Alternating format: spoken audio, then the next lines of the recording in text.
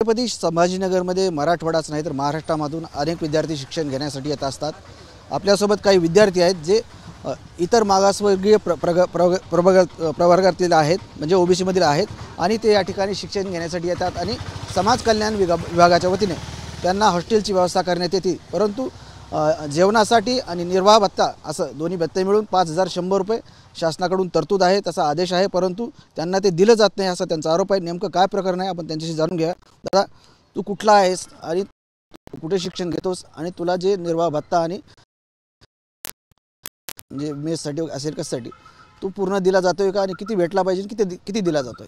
मी मूळचा अहिल्यानगरचा आहे। शासनाने 2024 मध्ये जे काही इतर मागासवर्ग विद्यार्थ्यांसाठी हॉस्टेल सुरू केलेत त्याच्यासाठीची 5100 रुपये तरतूद केली। त्याच्यामध्ये 4500 रुपये आमचा जे काही भोजन भत्ता आहे आणि 600 रुपये निर्वाह भत्ता आहे।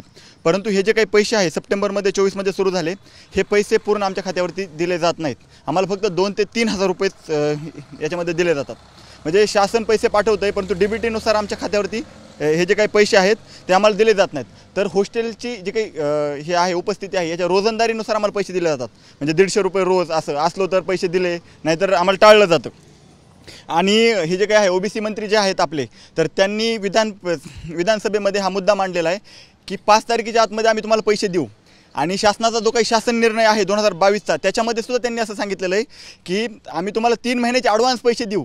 ते ॲडव्हान्स तर जाऊ द्या, पण आम्हाला आमचे रोजचे पैसेच दिले जात नाहीत आणि 6 महिन्यापर्यंत आम्हाला पैसेच दिले जात नाहीत। मागच्या वर्षात तर 6 महिने आम्ही थांबलो, आम्हाला पूर्ण पैसे भेटलेले नाहीत। तर या संदर्भात तुम्ही संबंधित अधिकारी असतील त्यांच्याशी बोलले का? त्यांनी काय उत्तरं दिली? सर, त्यांच्याशी आम्ही अनेक वेळा जाऊन भेटलो, पण जे वरिष्ठ अधिकारी आहेत त्यांनी काय म्हटलं, आमच्यापर्यंत जेवढं होतं आम्ही ते करतो, बाकी तुम्हाला जेवढं करतोय ते मी करा। असं बोलल्यावर सर आम्ही जे विद्यार्थी वर्ग आहेत आम्ही काय करावं, कोणाकडे जावं?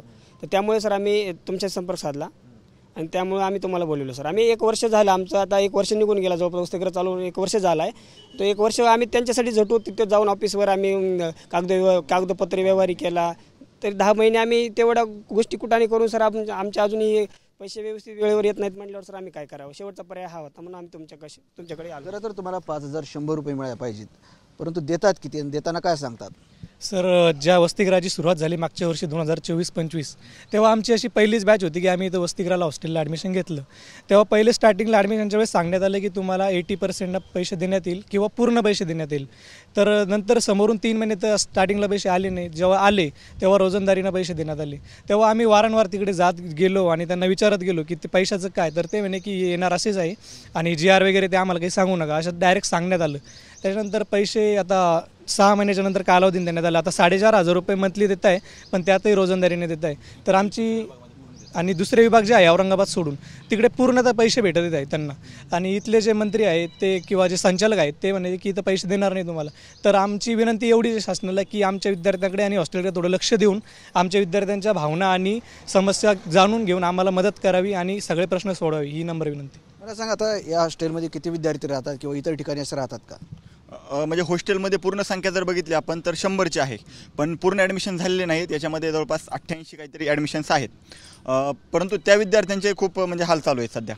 कारण एक तर जे काही शहर आहे मध्यवर्ती भागापासून 10 किलोमीटर अंतरावरती हे हॉस्टेल आहे, त्यामुळे रोजचा जायचा जर खर्च पकडला तर 100 रुपये येतो जवळपास डायरेक्ट खर्च। आणि हे जर 6 महिने जर आम्हाला पैसे देत नसतील आणि तेही पूर्ण पैसे आमचे देत नसतील, 2 आणि 3000 रुपये देत असतील, तर मग ओबीसी विद्यार्थ्यांसाठी हे सरकार म्हणतंय ओबीसींचं हे सरकार आहे, तर हे आम्हाला नाही वाटत की आमच्यासाठी काहीतरी चांगलं होत आहे। बाकीचे पैसे काय करतात? तर ते बाकीचे पैसे कुठे जातात ते माहीत नाही आम्हाला, कारण डीबीटीने आम्हाला डायरेक्ट पैसे देण्यात यावे। जसे शेतकऱ्यांना 2000 रुपये दिले जातात, तसे शासनाने डायरेक्ट आमच्या खात्यामध्ये पैसे टाकण्यात यावेत। हे पैसे मध्यस्थीमध्ये हे करू नयेत, कारण तुम्ही ठरवून दिले आम्हाला 5100 रुपये, तर तुम्ही का देत नाहीत आम्हाला 5100 रुपये? आणि आम्ही मग राहायचं कसं? 2-3 हजारात आमचं भागत नाही आहे। हॉस्टेल सुरू केलेत, आमचे नंबर लावलेत, मग याचा नेमकं शासनाला करायचं आहे का? याच्यामध्ये बाकीच्या विभागांमध्ये पैसे पूर्ण दिले जातात, हे जे छत्रपती संभाजीनगर हा विभाग आहे इथेच पैसे दिले जात नाहीत। आम्ही थोडीशी चौकशी केली याची, शासन निर्णय आहे, JR आहे, त्याची अंमलबजावणी होत नाही।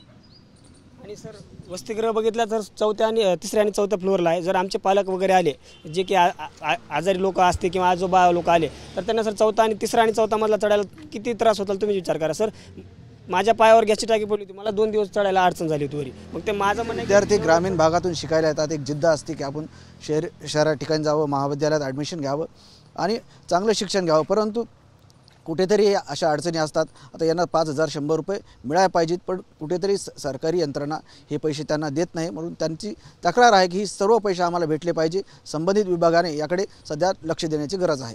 कॅमेरामॅन अमित ताडेसह संजय सर्वदे, TV9 मराठी, छत्रपती संभाजीनगर.